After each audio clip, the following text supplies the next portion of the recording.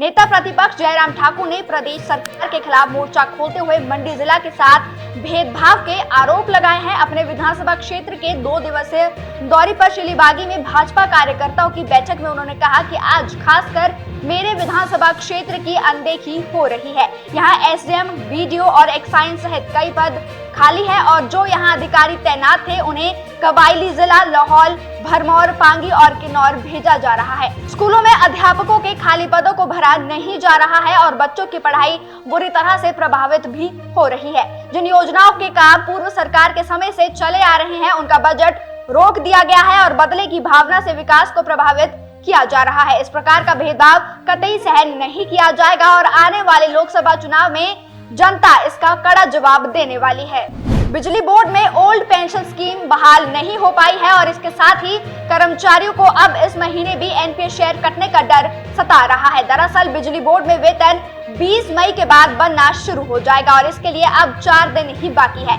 इन 4 दिन में old pension बहाली का फरमान जारी नहीं हुआ तो बिजली बोर्ड कर्मचारियों का मई महीने का शेयर भी एनपीएस में ही चला जाएगा, जबकि राज्य सरकार तमाम विभागों के लिए ओल्ड पेंशन बहाली का ऐलान पहले ही कर चुकी है और इस दिशा में कर्मचारी विभागाध्यक्षों के पास ओल्ड पेंशन के विकल्प के संबंध में शपथ पत्र भी जमा करवा रहे हैं। हिमाचल सरकार गरीब घरों के बच्चों को प्रोफेशनल कोर्सेज के लिए 1% ब्याज दर पर लोन उपलब्ध करवाने वाली है।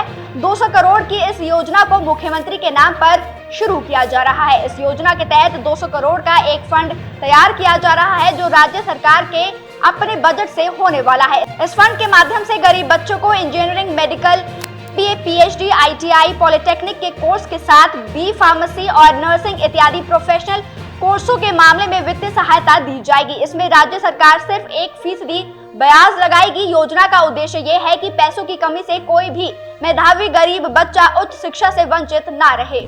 गाड़ियों के वीआईपी नंबर की ऑनलाइन बोली अब दोबारा से लगाई जाएगी। परिवहन विभाग ने जरूरी संशोधनों के साथ सी पोर्टल को दोबारा से शुरू कर दिया है। फैंसी पोर्टल पर वीआईपी नंबर की बोली लगाने के लिए लोगों को नंबर के बेसिक प्राइस की 30% राशि पहले ही देनी पड़ेगी, उसके बाद बोली में भाग लिया जा सकता है। परिवहन विभाग के अधिकारियों का कहना है कि अगर किसी नंबर का बेसिक प्राइस 1 लाख रुपए है तो बोली लगाने वाले व्यक्ति को 33,000 रुपए की राशि बोली लगाने से पहले जमा करवानी होगी। इसके बाद चाहे बोली करोड़ रुपए तक ही क्यों न चली जाए, लेकिन व्यक्ति से 33,000 रुपए की राशि ही ली जाएगी। बोली की प्रक्रिया पूरी होने के बाद अगर प्रथम बोली दाता नंबर को नहीं खरीदता है तो उसकी 33,000 रुपए की राशि वापस नहीं होगी।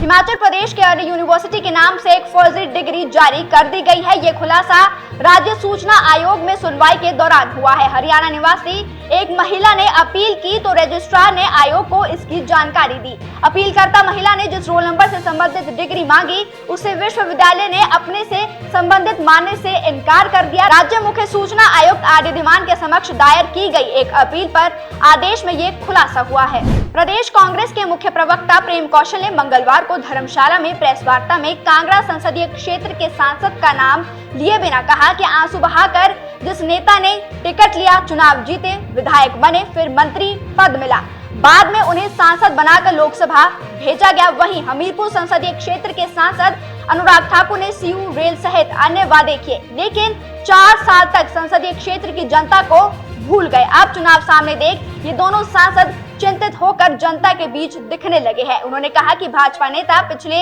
5 साल गांधी परिवार की आलोचना करते रहे और मोदी चालीसा का गुणगान करते रहे, लेकिन हिमाचल के बाद कर्नाटक चुनाव नतीजों में भाजपा की कथनी व करनी के अंतर को स्पष्ट कर दिया है। 4 लेन में तब्दील हो रहे नेशनल हाईवे के उद्घाटन की तारीख तय हो चुकी है।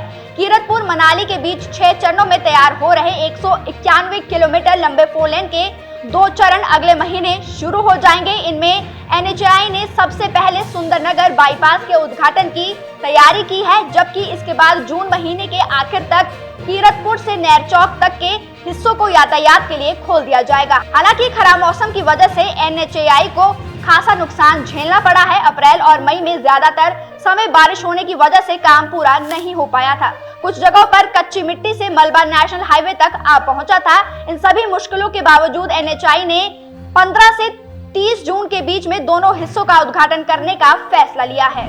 प्रदेश हाईकोर्ट ने सरकारी स्कूलों में जूनियर ऑफिस असिस्टेंट के नाम से भरे जाने वाले पदों के लिए 6 माह के भीतर भर्ती एवं पदोन्नति नियमों को अंतिम रूप देने के आदेश दिए हैं। पहले जिन पदों को असिस्टेंट लाइब्रेरियन के नाम से जाना जाता था, उनके स्थान पर नए कैडर के JOA के करीब 2000 पद शिक्षा विभाग में खाली पड़े हैं। न्यू कैडर के इन पदों के लिए भर्ती नियम नए सिरे से बनाए जाने हैं, जिसके बाद ही इन पदों पर भर्तियां की जा सकती है। पत्र के माध्यम से आरोप लगाया गया है कि सरकारी स्कूलों में जूनियर ऑफिस असिस्टेंट लाइब्रेरियन के 2000 से ज्यादा पद खाली पड़े हैं। सरकारी स्कूलों में इन पदों के खाली रहते बच्चे निजी स्कूलों की तरफ रुख कर रहे हैं। शिमला तय बाजारी यूनियन ने बुधवार को सीटू के बैनर तले महापौर सुरेंद्र चौहान को एक ज्ञापन सौंपा है। यूनियन का कहना है कि तय बाजारियों को बसाने के लिए आजीविका भवन बनाया गया है, लेकिन उसमें तय बाजारियों के अलावा भी अन्य लोगों को दुकानें दी गई है। इसके अलावा ज्ञापन के द्वारा महापौर को तय बाजारियों की अन्य समस्याओं से भी अवगत करवाया गया है।